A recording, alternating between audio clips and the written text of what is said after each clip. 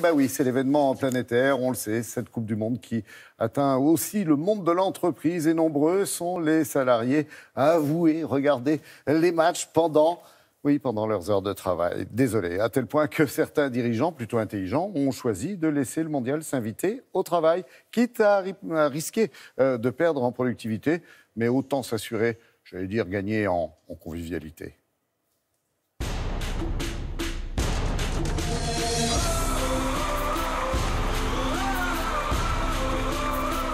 Il est 16h55 et comme vous le voyez, les bureaux de cette entreprise sont quasiment vides. Tous les salariés se sont préparés pour aller regarder le match France-Pérou.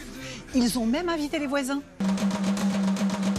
On est une start-up qui vend une solution logicielle de prise de rendez-vous en ligne.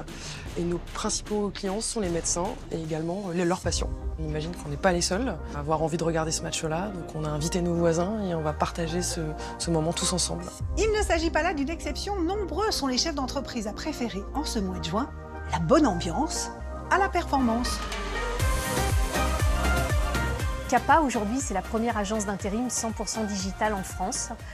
Et notre job, c'est de trouver des emplois à toutes les personnes qui sont inscrites sur notre site. Mais c'est aussi de regarder ce qui se passe sur le marché, de comprendre les tendances et puis aussi d'analyser les événements. Et on a fait une étude sur le phénomène de la Coupe du Monde de football en France. Alors les résultats sont vraiment très tranchés. La moitié des personnes qui ont été interrogées ont déclaré que dans tous les cas, elles allaient regarder la Coupe du Monde de football au travail. Quand l'équipe de France joue pour la Coupe du Monde, on est évidemment tous là pour supporter l'équipe de France. Parmi toutes ces personnes, eh bien, 8 hommes sur 10 ont déclaré que dans tous les cas, quelle que soit leur situation, ils allaient tout faire pour regarder les matchs de la Coupe du Monde de football au travail.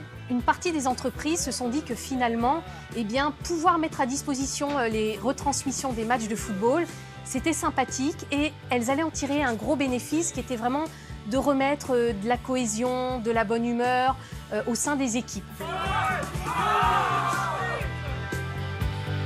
L'entreprise, c'est un lieu de travail, certes, mais c'est aussi un endroit où on veut que les collaborateurs se sentent bien et donc ça passe par des moments de plaisir qui ne sont pas forcément liés au travail. Ce n'est pas la première fois qu'on le fait. On l'a fait notamment avec Roland Garros ou lors de l'Euro 2016, on est allé assez loin. On se dit que peu importe que ce soit pour les horaires du travail, on fait confiance à nos collaborateurs et l'idée est de les laisser en autonomie et leur laisser la liberté dans leur quotidien chez nous. C'était un peu compliqué, mais on a fini par marquer, donc c'est plutôt une bonne chose. Pendant que certains regardent le match, d'autres travaillent, car la Coupe du Monde, c'est aussi un événement qui crée des emplois. Il y a des secteurs d'activité qui vont profiter de la Coupe du Monde d'un point de vue business et pas seulement motivation des équipes. Et là, on pense d'abord au secteur, bien sûr, de la restauration.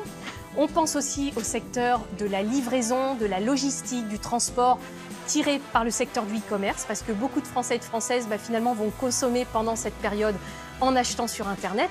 Et puis aussi, eh bien, le secteur de l'électroménager. Effectivement, on constate que pendant cette période, eh bien, les magasins qui vendent de l'électroménager, et en particulier les écrans télé, vendent plus. D'un côté, la productivité, de l'autre, la convivialité. Au final, c'est très équilibré.